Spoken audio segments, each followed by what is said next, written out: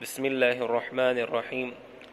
گزشتہ سبق نے ہم نے حروف مدہ کے بارے میں دیکھا، جس میں سے ہم نے جانا کہ جو مدہ ہے اس کا آسان ترجمہ یہ ہوتا ہے کھینچ کر پڑھنے کو مدہ کہتے ہیں۔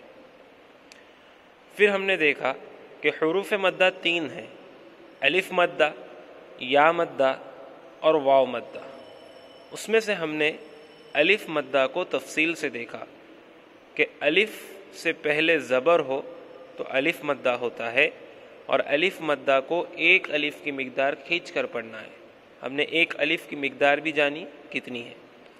آج انشاءاللہ ہم دیکھیں گے کہ یا مدہ کسے کہتے ہیں۔ چونکہ یا مدہ، جیسا کہ میں نے آپ کو بتایا کہ مدہ جہاں پر بھی آئے ذہن میں یہ بات رکھنی ہے کہ کھینچ کر پڑھنا ہے۔ اب جو مدہ پہلے ہو رہا تھا الف مدہ، وہ الف کی نسبت سے ہو رہا تھا۔ جس طرح میں اگر صرف با لکھ دوں، اس پر زبر دے دوں، تو وہ با زبر ب، یہ متحرک حرف ہو گیا۔ اس کے آگے میں الف کو ایلونگیٹ کر دیتا ہوں، با الف زبر با، تو یہ جو کھینچا جا رہا ہے یہ مدہ ہو گیا۔ یہ الف کی نسبت سے کھینچا جا رہا ہے تو یہ الف مدہ ہو گیا، اور یہ زبر کی نسبت بھی ضروری ہے۔ اگر زیر ہو یا پیش ہو تو کھینچا نہیں جائے گا۔ تو قاعدے سے معلوم پڑا کہ الف جس کے پہلے زبر ہو تو الف مدہ ہوتا ہے۔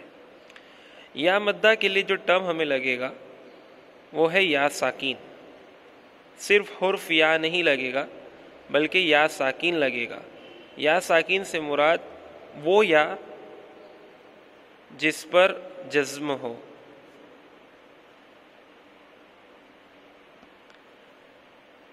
یہ ہم نے پچھلی سبق میں دیکھا تھا کہ الف سے لے کے یا تک یہ سب حرف ہے۔ پھر الف سے لے کر یا پر اگر کسی بھی حرف پر جزم آئے تو وہ حرف ساکین حرف ہو جاتا ہے۔ یعنی یہاں پر حرف یا ہے، اس کے اوپر جزم ہے، تو یہ ہو گیا یا ساکین۔ ٹھیک ہے، تو قاعدہ کہتا ہے کہ یا ساکین سے پہلے زیر ہو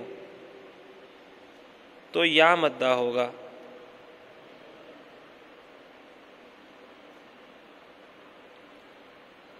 مدہ آ گیا، یعنی یہاں پر بھی کھینچ کر پڑھنا ہے، لیکن یہاں نسبت کس سے ہے؟ یا ساکین سے، اور اس سے پہلے والے حرف پر کیا ہو؟ زیر ہو۔ الف مدہ میں کیا ہو رہا تھا؟ الف ہو، اس سے پہلے والے حرف پر زبر ہو۔ یا ساکین میں کیا ہو رہا ہے؟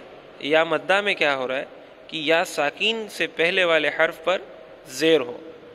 جیسا آپ ادھر دیکھ سکتے ہیں، اگر یہ صرف متحرک حرف رہتا جیسا ہم نے پہلے دیکھے، حمزہ زیر ای، یہ ہو جاتا۔ اب چونکہ اس کے آگے یا ساکین آیا ہے اور اس حمزہ پر بھی کیا ہے؟ زیر ہے، تو حمزہ یا زیر ای، تو یا ساکین بھی جو پڑھا جائے گا وہ ایک الف کی مقدار کھینچ کر پڑھا جائے گا۔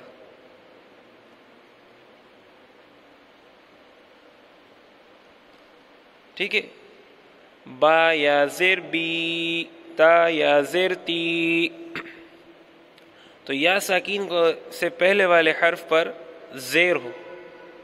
اگر زبر ہوگا تو یا مدہ نہیں ہوگا، پیش ہوگا تو یا مدہ نہیں ہوگا، زیر کا ہونا ضروری ہے۔ تو یا ساکین سے پہلے زیر ہو تو یا مدہ ہوگا۔ یا مدہ کو ایک الف کی مقدار کھینچ کر پڑھے، یہ یا مدہ کا قاعدہ ہے۔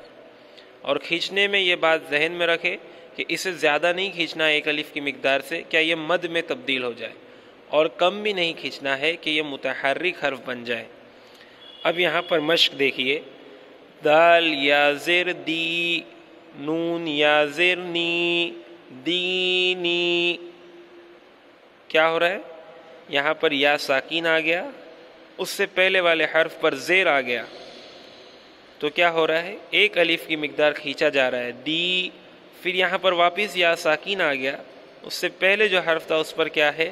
زیر ہے، تو یہ بھی ایک الف کی مقدار کھینچا جا رہا ہے، دینی۔ اب یہاں دیکھیے فا یا زر فی، یہ تو یا مدہ ہو گیا، کیوں؟ کیونکہ یا ساکین سے پہلے زیر آ رہا ہے۔ اس کے بعد والا حرف دیکھیے ہا زیر ہی، یہ کھینچا نہیں جا رہا ہے، کیوں؟